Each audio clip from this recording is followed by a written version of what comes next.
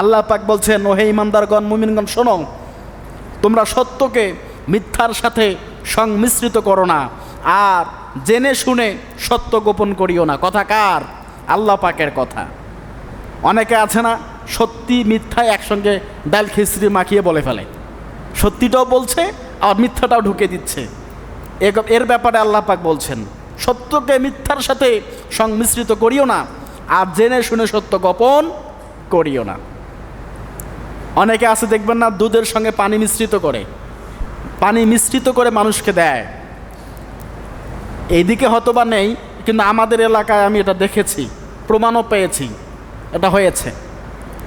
দুধ সত্য, দুধ কি সত্য, এবং ওর সঙ্গে যদি কেউ আধা কেজি বা 1 পোয়া পানি মিশ্রিত করে মানুষকে বিক্রি করে, এটা কি হালাল না হারাম বলেন তো? এই বাকি 1 পোয়া পানির জন্য আপনার 4 লিটার দুধ হারাম হয়ে গেল। আল্লাহ পাক মনে হয় আজকের দিনের কথাগুলো দেখে দেখে আমাদেরকে বলছিল। সম্মানিত হাজিরিন, তো মিথ্যা কথা বলা যাবে?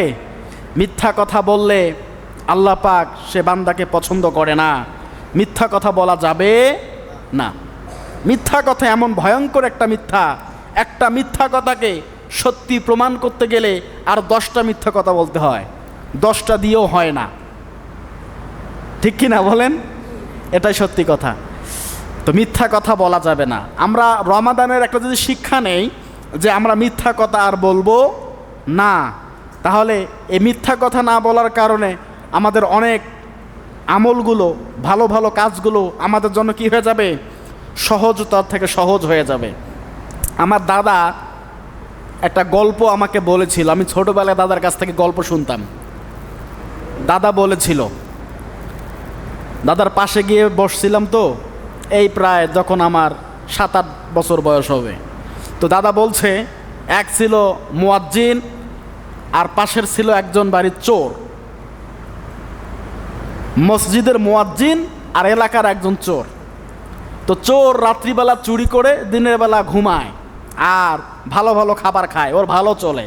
মুয়াজ্জিন সাহেব চিন্তা করে, কি ব্যাপার, ও তো কাজকর্ম কিছুই করে না, ভালো খায়, ভালো চলে, কিছুই বুঝলাম না, আর আমি আল্লাহওয়ালা কাজ করি, মসজিদের সঙ্গে আমার সম্পৃক্ততা আছে, ইবাদত বন্দেগী করি, আর আমার এত অভাব কেন? সহজ সরল মানুষ তো জিজ্ঞেস করেছে, কি ব্যাপার, আপনার এত ভালো চলে, আপনি কি কাজ করেন? বলে, আমি রাতে কাজ করি। রাতের কাজ করে, তো একটু রাতের কাজ একটু আমাকে একটু করান দেখি, যদি আমি ভালো খাইতে পারি, চলতে পারি। এখন তো এই অবস্থা। তো চোর বলছে যে ঠিক আছে, আপনি আজকে রাতে আসেন। রাতে এসেছে, চুরি করতে গেছে। এখন তো আগে তো শিং দিত না, মানুষের বাড়ির উঠান কি করতো? শিং দিত। এখন তো আর এসব চোর নাই, এখন আমাদের ডিজিটাল যুগ, আলহামদুলিল্লাহ, ওরকম চুরি উৎপাত এখন আর নাই। এখন মানুষ আগের থেকে অনেক সচেতন, অনেক অ্যাডভান্স, আলহামদুলিল্লাহ। তো ঘরের পিঁড়ির মধ্যে শিং দিয়ে চুরি করতে ঢুকেছে। তো নতুন মানুষ, ও তো আর জানে না।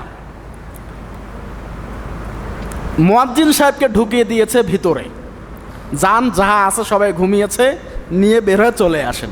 ঢুকে গেছে, ঢুকে গিয়ে দেখে তো ফজরের আজান দিয়ে দিচ্ছে। কিসের আজান? ফজরের আজান দিয়ে দিচ্ছে। এদিকে ফজর আজান দিচ্ছে, উনি তো মুয়াজ্জিন সাহেব, ওনার আজান দেওয়া অভ্যাস, ও ঘরের ভিতরে আজান দেওয়া শুরু করে দিছে। লোকজন উঠে বলে, কি ব্যাপার, আপনি এখানে কেন, কি অবস্থা? বলে, আজান দিচ্ছে, আজান দিতে হবে না, আজান দিচ্ছে ঘরের ভিতরে। মানুষজন ধরে মারতে শুরু করবে। এমন তো অবস্থায় চিন্তা ভাবনা করলেন, না, ইনি পেশাদার চোর নয়, এনাকে কেউ এই কাজের জন্য উদ্বুদ্ধ করেছে, বুঝতে পারে নাই, এনাকে ছেড়ে দিচ্ছে।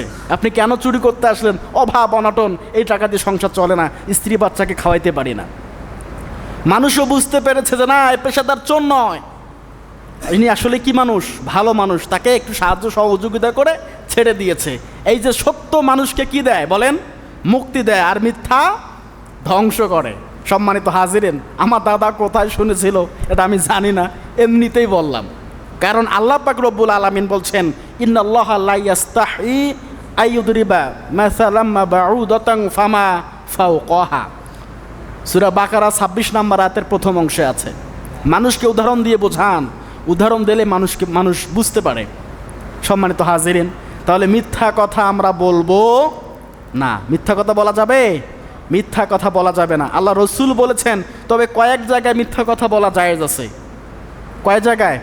2-1 জায়গায় মিথ্যা কথা বলা জায়েজ আছে।